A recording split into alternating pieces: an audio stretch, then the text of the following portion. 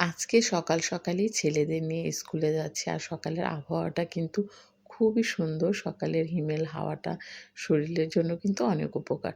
আসসালামু আলাইকুম সকল আপু ভাইয়ারা সবাই কেমন আছেন?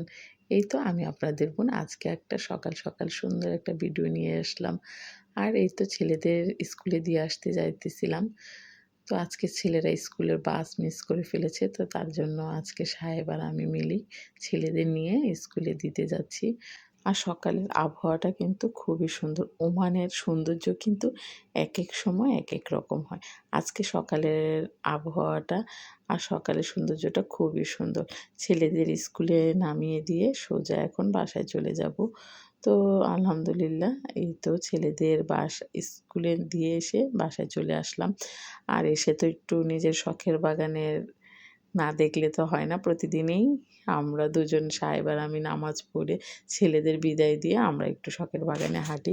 তো আজকেও তার ব্যতিক্রম না। আমরা দুজন মিলেই হাঁটতে আসছিলাম। আর মাশাআল্লাহ দেখি গাছে কিন্তু কিছু ভেন্ডি হইছে। তো এই সব ধরনের সবজিগুলো টুকটাক করেই পারলাম গাছ থেকে।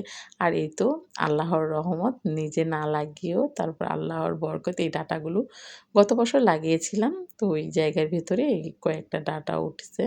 তো ওগুলো মিলিয়ে সবকিছু দিয়ে সুন্দর করে শুটকি তরকারি রান্না করব। আর সাথে শখের বাগানের কিছু সিম ছিল, ওটাও মিক্স করে একসাথে রান্না করব। আর এই মিক্স সবজির তরকারিটা কিন্তু আমার কাছে খেতে খুবই ভালো লাগে। কার, কার কাছে এরকম মিক্স সবজিটা ভালো লাগে? আর শীতের দিনের যেকোনো তরকারি খুব মজা। আর এই তো এর সাথে রান্না করব, শুধু মাছ ফ্রাই করব আজকে। আর তেমন আহামরি বেশি কিছু রান্না করব না। যেহেতু মিক্স সবজির তরকারি আর রাতে তো আমরা এমনিতে রুটি বা অন্য ধরনের খাবার খাই। তো তার জন্য আর আহামরি এমন কিছু রান্না করব না। আর এই তো ২ টা মাছ নিয়েছি বড় দেখে, মাছ ফ্রাই করেছি। আর ছেলেরা আমরা সবাই মিলেই একসাথে খাবো ৪ জন। তো এই ছিল আজকে দুপুরের জন্য আয়োজন।